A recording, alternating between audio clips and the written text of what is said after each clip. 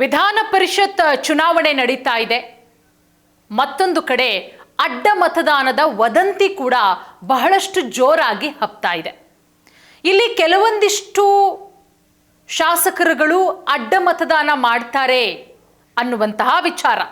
S T Somashekar ಇರಬಹುದು, G T Deve Gowda ಇರಬಹುದು, ಶಿವರಾಮ್ ಹೆಬ್ಬಾರ್ ಅವರಿರುವಂತಹ ಪಕ್ಷದ ವಿರುದ್ಧ ಸಾಕಷ್ಟು ಅಸಮಾಧಾನವನ್ನ ಬಹಿರಂಗವಾಗಿ ವ್ಯಕ್ತಪಡಿಸಿರೋದ್ರಿಂದ, ಮತ್ತೊಂದು ಕಡೆ ಜಿ ಟಿ ದೇವೇಗೌಡರು ಕೂಡ ಅಡ್ಡ ಮತದಾನ ಮಾಡಿದ್ದಾರೆ. ಜಿ ಟಿ ದೇವೇಗೌಡರು ನೋಡಿ, ಜಿದ್ದಾಜಿದ್ದಿನ ವಿಧಾನ ಪರಿಷತ್ 7 ಸ್ಥಾನಕ್ಕೆ ಇವತ್ತು ಚುನಾವಣೆ ಆಗ್ತಾ ಇದೆ. 8 ಜನ ಕಣದಲ್ಲಿದ್ದಾರೆ. 1 ಸ್ಥಾನಕ್ಕೆ ಈಗ ಕಾಂಗ್ರೆಸ್ ಮತ್ತೆ JDS ನಡುವೆ ತೀವ್ರ ಹಣಾಹಣಿ ಕೂಡ ಏರ್ಪಟ್ಟಿದೆ. ಕಾಂಗ್ರೆಸ್ನ 5ನೇ ಅಭ್ಯರ್ಥಿ ಗೆಲ್ತಾರಾ ಅಥವಾ JDS ಅಭ್ಯರ್ಥಿ ಗೆಲ್ತಾರಾ ಅನ್ನೋದೇ ಸದ್ಯಕ್ಕೆ ಬಹಳಷ್ಟು ಕುತೂಹಲಕ್ಕೆ ಕಾರಣವಾಗಿರುವಂತಹ ವಿಚಾರ. ಈ ನಡುವೆ ಹಿರಿಯ JDS ಶಾಸಕರಾದಂತಹ ಜಿ ಟಿ ದೇವೇಗೌಡರು ಅಡ್ಡ ಮತದಾನ ಮಾಡಿದ್ದಾರೆ ಅಂತಾನೆ ಹೇಳಲಾಗ್ತಾ ಇದೆ. ಬಟ್ ಜಿ ಟಿ ದೇವೇಗೌಡರು ಆ ರೀತಿ ನಾನು ಮಾಡಿಲ್ಲ, ದೇವೇಗೌಡರು ಕೂಡ ನನ್ನನ್ನು ಸಂಪರ್ಕ ಮಾಡಲಿಲ್ಲ, ಕುಮಾರಸ್ವಾಮಿಯವರು ಕೂಡ ಸಂಪರ್ಕ ಮಾಡಲಿಲ್ಲ, ಬಟ್ ನಾನು ಆ ರೀತಿ ಕೆಲಸ ಮಾಡಿಲ್ಲ ಅಂತ ಹೇಳಿದ್ದಾರೆ. ಬಟ್ ಒಂದು ಮೂಲದ ಪ್ರಕಾರ ಅಡ್ಡ ಮತದಾನ ಮಾಡಿದ್ದಾರೆ ಅನ್ನುವ ಮಾಹಿತಿ. ಈ ರೀತಿ ಮಾಡಿದರೆ 100ಕ್ಕೆ 100% ಅವರ ವಿರುದ್ಧ ಕ್ರಮ ತೆಗೆದುಕೊಳ್ಳಲಾಗುತ್ತೆ. ಪಕ್ಷದಿಂದ ಜಿ ಟಿ ದೇವೇಗೌಡರನ್ನ ಉಚ್ಚಾಟನೆ ಕೂಡ ಮಾಡಲಾಗುತ್ತೆ. ಅಸೆಂಬ್ಲಿಯ 222 ಶಾಸಕರಿಗೆ ಮತದಾನದ ಹಕ್ಕಿದೆ. ಗೌಪ್ಯವಾಗಿ ಈಗ ಆಲ್ರೆಡಿ ಮತದಾನ ನಡೀತಾ ಇದೆ. 7 ಸ್ಥಾನ ಇರೋದು, ಅದಕ್ಕೆ ಕಣದಲ್ಲಿರೋದು 8 ಜನ. ಸೊ JDS ಶಾಸಕರಾದಂತಹ ಜಿ ಟಿ ದೇವೇಗೌಡರು ಅಡ್ಡ ಮತದಾನ ಮಾಡಿದ್ದಾರೆ.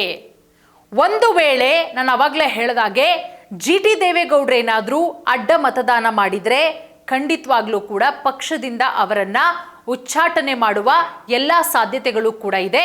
ಇದು ವಿಪ್ ಉಲ್ಲಂಘನೆಗೂ ಕೂಡ ಕಾರಣ ಆಗುತ್ತೆ. ಯಾಕಂದ್ರೆ ಕೇಂದ್ರ ಸಚಿವರಾದಂತಹ ಎಚ್ ಡಿ ಕುಮಾರಸ್ವಾಮಿಯವರು ಹಾಗೆ ಹಿರಿಯ ಶಾಸಕರಾದಂತಹ ಜಿ ಟಿ ದೇವೇಗೌಡರ ನಡುವೆ ಸಂಬಂಧ ಅಷ್ಟಕ್ಕಷ್ಟೇ ಇದೆ. ಬಹಿರಂಗವಾಗಿ ಜಿ ಟಿ ದೇವೇಗೌಡರು ಹೇಳಿಕೆ ಕೊಟ್ಟಿದ್ದಾರೆ. ಅದರ ಜೊತೆಗೆ ಇವತ್ತು ನಡೀತಾ ಇರುವಂತಹ ವಿಧಾನ ಪರಿಷತ್ ಚುನಾವಣೆ. ಸೊ ಹಾಗಾಗಿ ಜಿ ಟಿ ದೇವೇಗೌಡರು ಅಡ್ಡ ಮತದಾನ ಮಾಡಿದ್ದಾರೆ ಅನ್ನುವ ಗುಮಾನಿ ಕೂಡ ಎದ್ದಿದೆ. ಒಂದು ವೇಳೆ ಅವರೇನಾದರೂ ಅಡ್ಡ ಮತದಾನ ಮಾಡಿದ್ದೇ ಆದಲ್ಲಿ JDS ಪಕ್ಷದಿಂದ ಉಚ್ಚಾಟನೆ ಮಾಡುವ ಎಲ್ಲ ಸಾಧ್ಯತೆಗಳು ಕೂಡ ಇದೆ. ನೋಡಿ, 7 ಸ್ಥಾನಗಳಿಗೆ ಇವತ್ತು ಚುನಾವಣೆ ಆಗ್ತಾ ಇದೆ. 8 ಅಭ್ಯರ್ಥಿಗಳು ಕಣದಲ್ಲಿದ್ದಾರೆ. ಹಾಗಾಗಿ 7ನೇ ಸ್ಥಾನಕ್ಕೆ ನೋಡಿ, ಈಗ ಆಲ್ರೆಡಿ 7 ಸ್ಥಾನಕ್ಕೆ 8 ಅಭ್ಯರ್ಥಿಗಳು ಕಣದಲ್ಲಿರೋದು. 7ನೇ ಸ್ಥಾನಕ್ಕೆ JDS ಹಾಗೆ ಕಾಂಗ್ರೆಸ್ ನಡುವೆ ಜಿದ್ದಾಜಿದ್ದಿನ ಪೈಪೋಟಿ ಏರ್ಪಟ್ಟಿದೆ. ಕುಮಾರಸ್ವಾಮಿ ಅವರು ಕೂಡ ಶತಾಯಗತಾಯ ಪ್ರಯತ್ನ ಮಾಡ್ತಾ ಇದ್ದಾರೆ. DK ಶಿವಕುಮಾರ್ ಅವರು ಕೂಡ ಒಂದು ರೀತಿಯಲ್ಲಿ ಪ್ರತಿಷ್ಠೆಯಾಗಿ ತೆಗೆದುಕೊಂಡಿದ್ದಾರೆ, ಇಬ್ಬರು ನಾಯಕರು ಕೂಡ. ಸೊ ಮತ ಚಲಾವಣೆ ಮಾಡಿದ ನಂತರ ಜಿ ಟಿ ದೇವೇಗೌಡರು ಸ್ಪಷ್ಟನೆಯನ್ನು ಕೂಡ ಕೊಟ್ಟಿದ್ದಾರೆ.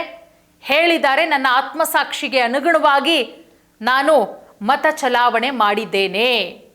ಏನು ಹೇಳಿದ್ದಾರೆ ಜಿ ಟಿ ದೇವೇಗೌಡರು ಒಂದ್ಸಲ ನೋಡ್ಕೊಂಡು ಬರೋಣ. ಸಾಕ್ಷಿಗೆ ಅನುಗುಣವಾಗಿ ಮಾಡ್ತಕ್ಕಂಥ ಒಂದು ಮತದಾನ, ಅದು ಸೀಕ್ರೆಟ್ ವೋಟ್ ಆಗ್ತಕ್ಕಂಥದ್ದು. ನಾವೆಲ್ಲರೂ ಕೂಡ ನಮ್ಮ ಆತ್ಮಸಾಕ್ಷಿಗೆ ಅನುಗುಣವಾಗಿ ನಾವು ಮತ ಹಾಕಿದ್ದೀವಿ.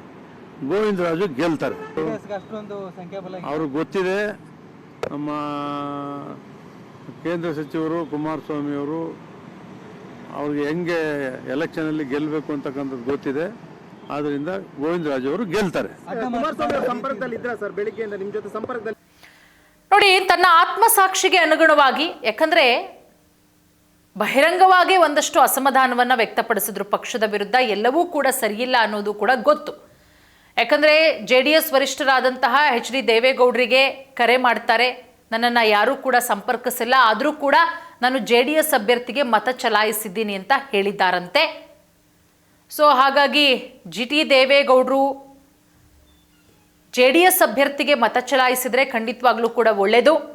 ಹೇಗಿರುವಂತಹ ಒಂದಷ್ಟು ವಿಚಾರಗಳು, ಅವರು ಕಾಂಗ್ರೆಸ್ ಪಕ್ಷಕ್ಕೆ ಹೋಗ್ತಾರೆ ಹಾಗೆ ಹೀಗೆ ಅನ್ನುವ ವಿಚಾರ ಏನು ಹರಿದಾಡ್ತಿತ್ತು ಅದೆಲ್ಲದಕ್ಕೂ ಕೂಡ ಫುಲ್ ಸ್ಟಾಪ್ ಬೀಳುತ್ತೆ. ಎಲ್ಲವೂ ಕೂಡ ಸರಿಯಾಗುತ್ತೆ. 2028ಕ್ಕೆ JDS ಇಂದನೇ ಅವರು ಮತ್ತೊಮ್ಮೆ ಸ್ಪರ್ಧೆ ಮಾಡೋದು ಖಚಿತ ಆಗುತ್ತೆ. ಬಟ್ ಇನ್ ಕೇಸ್ ಅವರೇನಾದರೂ ವಿಪ್ ಜಾರಿಗೊಳಿಸ್ತಾರೆ ಹರೀಶ್ ಗೌಡ ಅವರು ಪಕ್ಷದ ಶಾಸಕರಿಗೆ, ಜಿ ಟಿ ದೇವೇಗೌಡರ ಪುತ್ರ JDS ಶಾಸಕ ಹರೀಶ್ ಗೌಡ ಪಕ್ಷದ ಶಾಸಕರಿಗೆ ವಿಪ್ ಜಾರಿಗೊಳಿಸ್ತಾರೆ. ಒಂದು ವೇಳೆ GT ದೇವೇಗೌಡರು ವಿಪ್ ಅನ್ನ ಉಲ್ಲಂಘಿಸದ್ದೇ ಆದಲ್ಲಿ ಖಂಡಿತ ಕೂಡ ಪಕ್ಷದಿಂದ ಉಚ್ಚಾಟನೆಗೊಳ್ಳುವುದು 100ಕ್ಕೆ 100% ಸತ್ಯ. ಸೊ ಹಾಗಾಗಿ ನೋಡೋಣ, ಇವತ್ತು ಸಾಯಂಕಾಲದ ಒಳಗಡೆ ಸ್ಪಷ್ಟ ಚಿತ್ರಣ ಸಿಗುತ್ತೆ. ಬಟ್ ಮತದಾನ ಮಾಡಿ ಹೊರಬಂದ ತಕ್ಷಣ GT ದೇವೇಗೌಡರು ಹೇಳಿದ್ದಾರೆ, ನನ್ನ ಆತ್ಮಸಾಕ್ಷಿಗೆ ತಕ್ಕಂತೆ ಮತ ಚಲಾಯಿಸಿದ್ದೀನಿ ಅಂತ. ಅಡ್ಡ ಮತದಾನ ಮಾಡಿದ್ದೀರಾ ಸರ್ ಅಂತ ಮಾಧ್ಯಮದವರು ಕೇಳಿದಂತಹ ಪ್ರಶ್ನೆಗೆ. ಸೊ ನೋಡೋಣ, ಕುಮಾರಸ್ವಾಮಿ ಅವರ ಜೊತೆಗೆ ಒಡನಾಟ ಇಲ್ಲ, ಬಟ್ ದೇವೇಗೌಡರ ಜೊತೆಗೆ ಉತ್ತಮವಾದಂತಹ ಒಡನಾಟ ಇಟ್ಕೊಂಡಿದ್ದಾರೆ. ದೇವೇಗೌಡರ ಹುಟ್ಟುಹಬ್ಬದ ಸಂದರ್ಭದಲ್ಲಿ ಹೋಗಿ ಭೇಟಿ ಕೂಡ ಮಾಡಿದ್ರು.